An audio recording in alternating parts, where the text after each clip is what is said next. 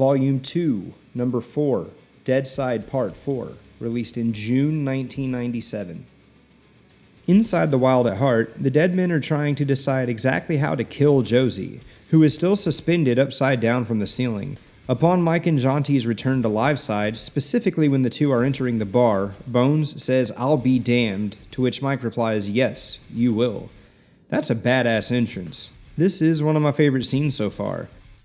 After trading a few condescending insults with Bones, Shadow Man again pretty easily handles Bones' lackeys in morbidly hilarious ways, such as breaking Jawbone's neck, once again kicking 8-Ball in the head, which knocks the one remaining 8-Ball out of its socket, and kicking the morbidly obese Toss in the balls so hard that it lifts him off the ground. It is at this point that Bones obliterates Shadow Man once again. This isn't anywhere close to an even exchange.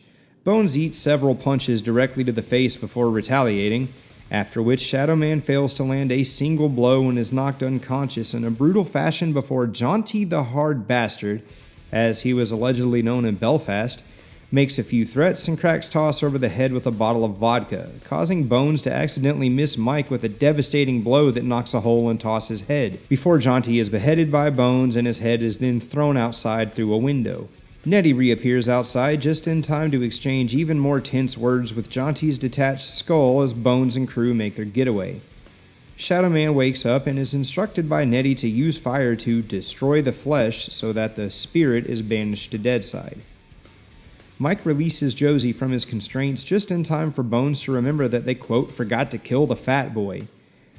Turning around would prove to be a fatal mistake as Shadow Man jumps on the hood of their speeding car, punches through the windshield and redirects the steering wheel, causing Bones to crash into a fuel tanker, sending him and the other dead men back to Deadside.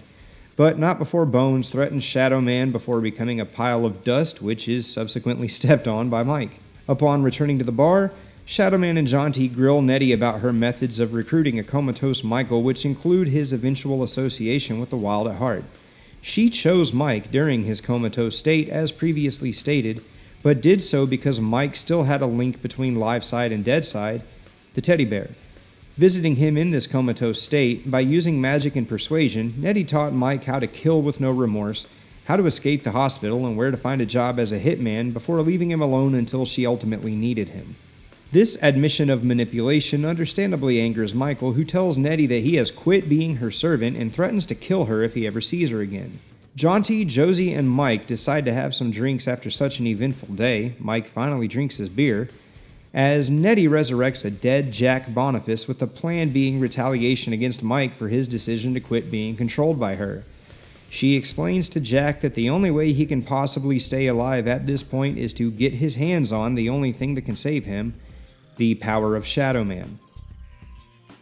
To recap, Shadow Man gets his ass kicked again by Bones before dispatching of the dead men in a fiery car accident.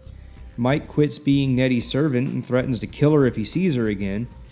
And last but not least, Nettie revives Jack fucking Boniface to fight Michael.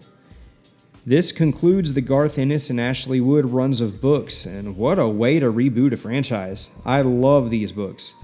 Spoiler alert, they get a little weird after this initial quadrilogy, something we will discover as soon as we cover issue 5. See you soon, and thank you for watching. Mike finally drinks a beer, as Nettie resurrects. Inside the Wild at Heart, the dead men are trying to decide exactly